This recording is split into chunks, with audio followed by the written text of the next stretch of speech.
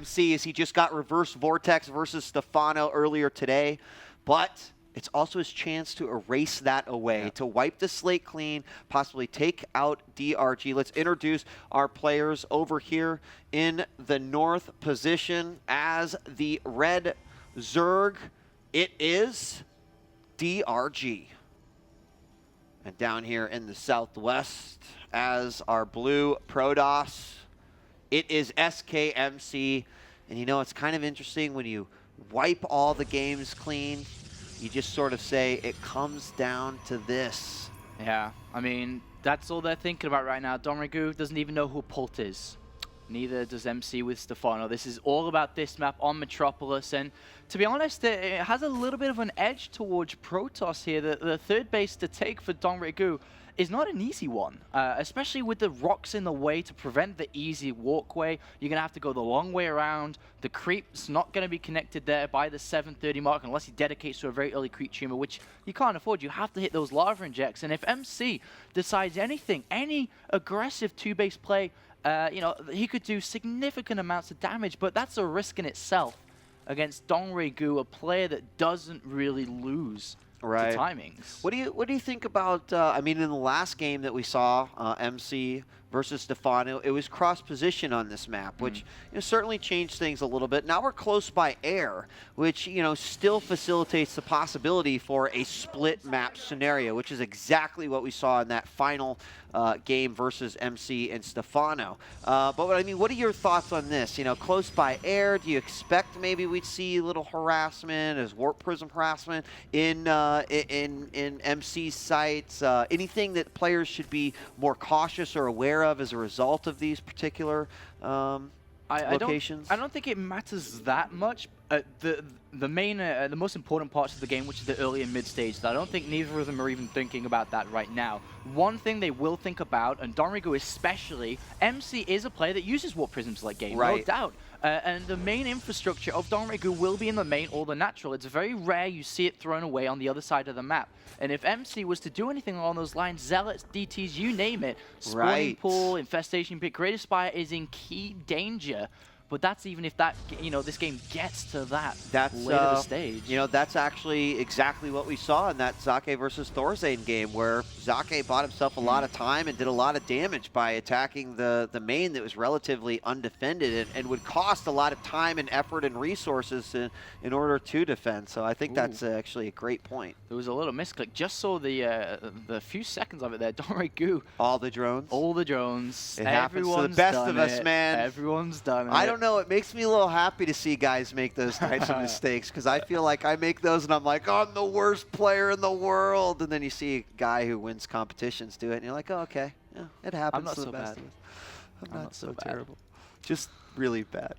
It's really, really bad. Do you know how I actually, when I started to learn StarCraft 1, the way I used to learn it is I'd watch a replay or a VOD, and I'd say from the start of the game, I will copy them exactly for the first 3 minutes, and then that's when it fell apart. Like, I could nail the first 3 minutes of any game. Then it just sort of goes downhill from there. That's exactly right. We do see +1 on the way from MC. Of course, has started to bank his energy up now. 50 in the main, 25 on the natural, 3 chrono boosts available. We'll see if he's going to use it into the cybernetics core. There is no probe on the map. And Dongraegu's done an excellent job of scouting. Once again, we see those 6 lings out, scouting all over the place, ready to intercept and catch a forward Zealot. But let's see, the cybernetics core is down and the energy is high. What's MC going to use it on? Yeah, we'll be curious to watch that. He hasn't really committed to anything. Already using that cannon to get rid of the destructible rocks, buy himself a little bit of time and just get that job done early on. That third base is down for DRG.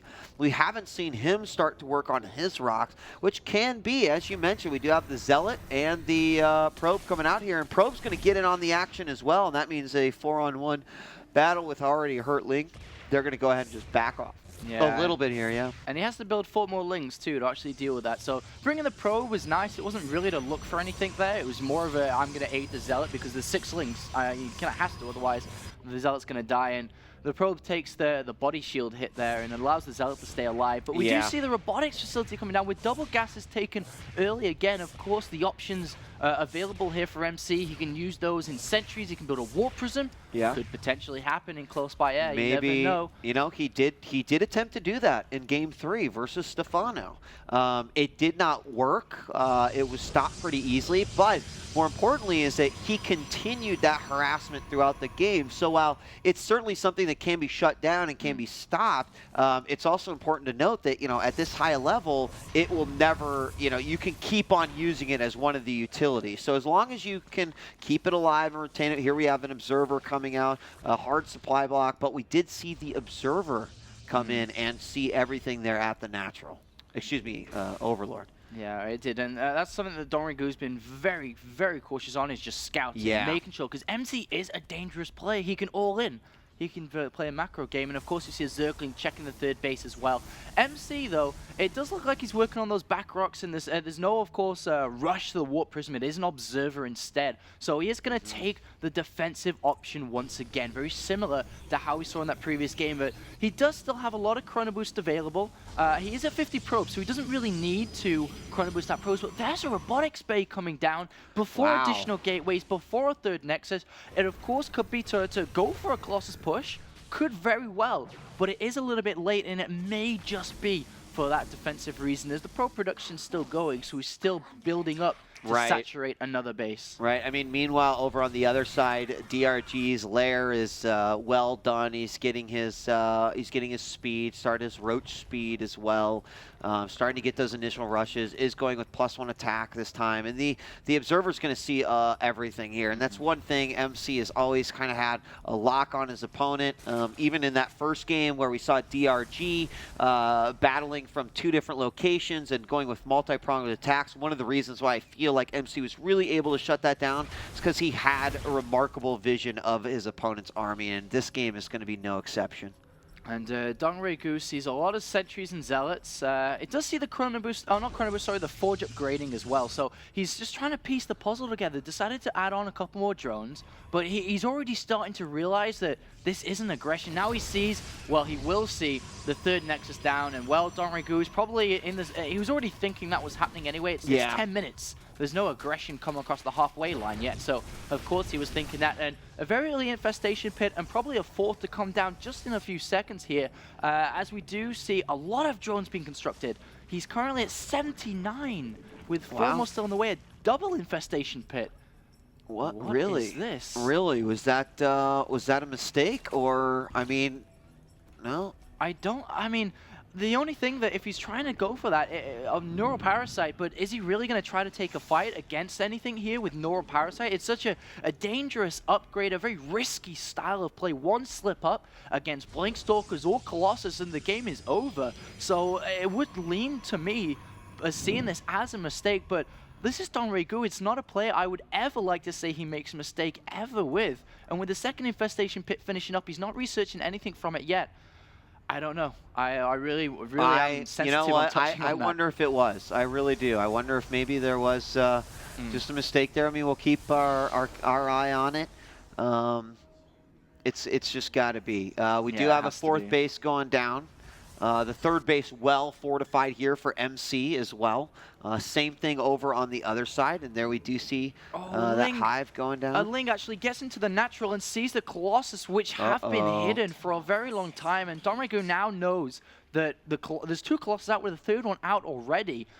So that was actually a very key scout there from Dongraegu.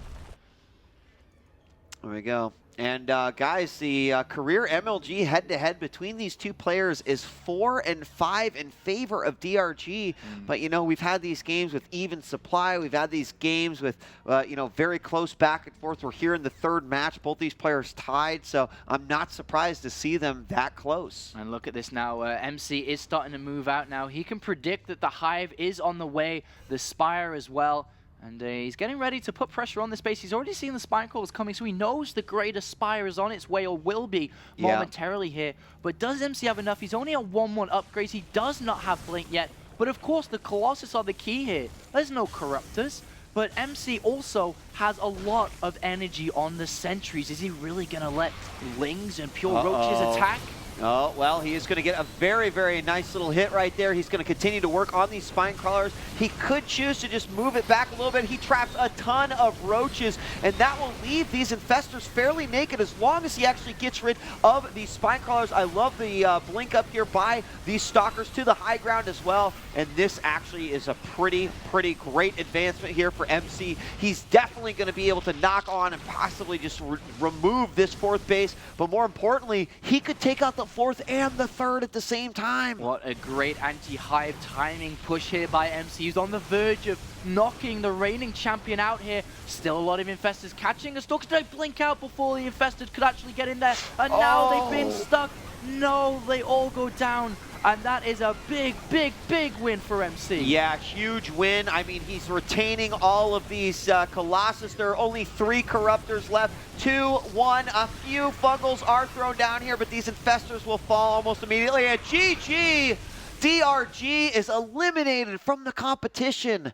And MC moves on. It was really good. And, you know, maybe scouting those Colossus was actually the worst thing for DRG, because that kind of lit the fuse for MC. He said, okay, the gig is up. I think I might need to go for it. Guys, what do you think? There's the Murloc. Oh, that's 3 wins. That's 3 wins. Oh, he's got it. Yeah, I actually saw him in the hotel this morning, and he came out of the lift wearing that with the stonest face you could imagine. He says no word to anybody, and he just walks on like, only MC can actually get away with that. Only MC can and MC gets away with Stealth Colossus once again. Really interesting hiding the Colossus for that long, then going for the third. DRG gets some weird readings, not really sure what's going on, then eventually finds the Colossi, and as you accurately pointed out, that's when the floodgates opened, and MC just didn't stop until he reached the other side of the map. Yeah, that's it, man. I'm so I'm like looking it down. I'm like, Dongraegu, he's gone. Well, he's not even finished top 12 here, I don't think. That's like top 16 finish, which is just remarkable, I think. I did have an update on the side here. Is another update from the lower bracket is that Grubby actually managed to beat Ryung. Yes, he did. I just casted that match. Insane match. Second game, 45 minutes long. Third game on Metropolis was 30 minutes long. Ryung making the crucial mistake of move commanding in the center of the map. He was actually getting ready to build BCs. He had 4 starports ready, setting up planetaries in the center of the map. Entire infantry army move commanded around, gets Psy-stormed. Grubby moves forward, takes him out, wins, throws his hands up in the air, falls back, almost knocking over a camera out in the tournament area. Because he fainted or some crazy nonsense. You know, I haven't seen him since, but he's got to be ecstatic right now. I actually didn't realize, which congratulations, Greg, but I did not realize this. But, I mean, as we look at the brackets once again, DRG, #1 seed. MC, if I recall, he was a replacement, right? Yeah. He was MKP's replacement, yeah. He got 5th at Spring Arena 1, so he placed in. He was 31st seed as a result of that, if I recall correctly. Oh, man. So look at the bottom of that bracket. Inori against Grubby PvP. Inori, the PvP specialist. Right. Grubby doing pretty good, taking out a bunch of Protosses thus far. Winner goes on to play MC. We got a lot of PvPs in the bottom of that bracket. Yeah, yes, just to actually go back to your point, I mean, 32nd seed, for anybody that didn't put 2 and 2 together, that's the worst seed you can get here. 32-player tournament. He had to go up against MMA round 1 in the winner bracket. He beat MMA, and then he went on to play Ganji, beat Ganji, a guy that actually knocked him out of the up and down matches in the first place to get his revenge. Had to slip up against Stefano, who is just, pretty much the best foreigner now. He's looking pretty amazing right now. But then goes down and now picks up, that win against Dongraegu. But one guy we just, mentioned, Stefano, he's actually going to be our next game on the main stage, going up against another hurdle, heart. Oh, man. I'm excited to be able to check this one out, to watch this from the sidelines. This is going to be an amazing matchup, guys. So keep it here. The MLG Spring Arena Day 2 continues with another amazing matchup, this time Millennium Stefano versus Complexity Heart. We're going to take a quick break, and when we return, this match will be here for your viewing enjoyment. I'm DJ Wheat. And I'm D'Apollo. And do not go away. More StarCraft 2 action coming at you after this.